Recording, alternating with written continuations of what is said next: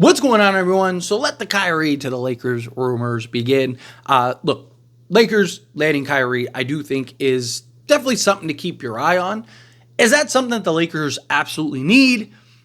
I don't think so, right? Like, I do kind of like the idea of just really rounding out, like, go get that point of attack, two-way guard to pair alongside a Luka. Can you get, a 3-and-D wing, right? Maybe a younger 3-and-D wing, right? Or if you stick with, Dorian Finney-Smith, fine, so be it, right? If you had like a Luka with like, even like a Bruce Brown, a Dorian Finney-Smith, a LeBron James, and then go get that center, right? Whether it's Mark Williams and you're revisiting that and you're getting that cheaper, right? Now you just have a better, more versatile starting unit, right? Can you keep Reeves? If you can keep Reeves, then he can kind of be the sixth man off the bench. Let him just kind of be himself, right? Like, now I just think you're better balanced overall, right? Lakers are going to have $40 million plus in expiring contracts. They're going to have Austin Reeves in his contract, figure out what they want to do. Got to keep in mind, Austin Reeves, he's going to be due a new contract, right? Are the Lakers really going to pay him 30 to 40 million? Right now, he is one of the best values in the league, right? But what is he when he's 30, 40 million? Teams are going to pay him 30 to 40 million. So something that the Lakers are really going to have to consider this offseason, right? Like, are we really, like, even if he's willing to take a discount to stay home, right? Hometown discount, right? Like, how much is that? If teams are offering him 40 million, he's not going to take 20 to stay with the Lakers. He might take, 35, right? Like, so that's where the dilemma lies. Dalton Connect, another tradable asset. They have a first, they'll have 4 pick swaps, I believe, and 2 seconds in the offseason. So that team's very likely going to look very different. But is Kyrie one of the guys that you should trade for? Is that one of the guys that you should look to? Look, we know Kyrie wanted to be a Laker, right? The only reason he wasn't a Laker is because Joe Tsai, from the owner of the Nets, was like, I'm not trading him to the Lakers. Trade him anywhere else, not the Lakers. So he ended up going to the Dallas Mavericks. We know Luka and Kyrie didn't want to not play with each other, right? The reason Kyrie stuck around was to play with Luka, right? And now Luka's a Laker, right? We know LeBron and Kyrie want to play together, and we know that, LeBron will do whatever it takes to make that work. To me, it boils down to, how does Luka and LeBron mesh? How do they look together, right? Because we need more than 2 games and, Luka coming back from injury to figure out, is this really going to work? I'm not saying it won't. I trust that Luka and LeBron will be able to figure it out. I do trust that Luka and LeBron will be able to mesh, but there's different levels to that, right? There is like, okay, these 2 guys are clearly like, they're going to win a championship, right? And then there's like, okay, these 2 guys are really good, right pieces. Maybe there's a shot. Then it's like, okay, they're good, but they're not quite there. Then it's like, they're not great. Then it's like, okay, they're pretty bad. And then it's like, okay, this just isn't going to work, right? Like, there's scales, there's levels to this, right? And I just think if you're going to introduce another star that needs the ball, that is all those things, as great as Kyrie is, there were still questions about Luka and Kyrie. I understand that they went to the finals together, but they went on the back of their defense, right? Like, Luka and Kyrie had their struggles still. And it was a lot of you go, I go, you go, I go, you go, I go, right? At times it looked great, but at times it looked terrible, right? Like, you got to keep in mind, Dallas last season, there was a point before the PJ Washington and Daniel Gafford trade where they were looking like they were going to miss the play-in again.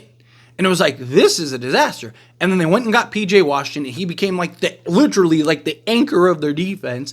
Daniel Gafford became a double-double machine because of Luka and looked like an all-star center. And then you had Derrick Jones Jr., who really emerged as like just that prototypical 3-and-D wing, right? It's just like everything just kind of came together at once. And then but there were still times where it looked clunky with Kyrie and Luka.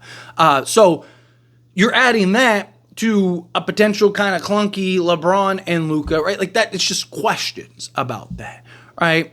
And Kyrie, he's making 40 plus million, so you'd have to trade essentially everything. And then, if it works, you're winning a championship, right? LeBron, Kyrie, and Luka, those 3, if they can figure it out and make it work, you're winning a championship. Problem is, there's no guarantee that works. And we've seen, like with Phoenix, right? You can't just throw names on the back of the jersey and make it work, right? Laker fans should know, right? I'm a diehard Laker fan. We know, right? Gary Payton, Karl Malone. I know that they made the finals, but that ended in a disaster, right? Like you had Dwight Howard and Steve Nash with, right? Like we've had these rosters that just like it on paper looks fantastic. Russell Westbrook, LeBron, and AD, right? Like on paper, it's like, man, they're winning the chip. But in reality, it was one of the worst pairings ever, right? Like it was awful. So again, it's just it's not as simple as just like, hey, throw these guys together and boom, there you go. That's the formula of success.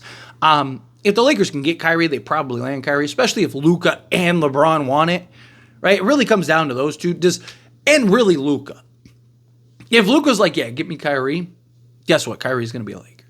If he's kind of like, hey, like I'll leave it up to you, and LeBron's kind of like, I leave it up to you, I think that they probably go a different direction, right? Like, I think they try to go a different place.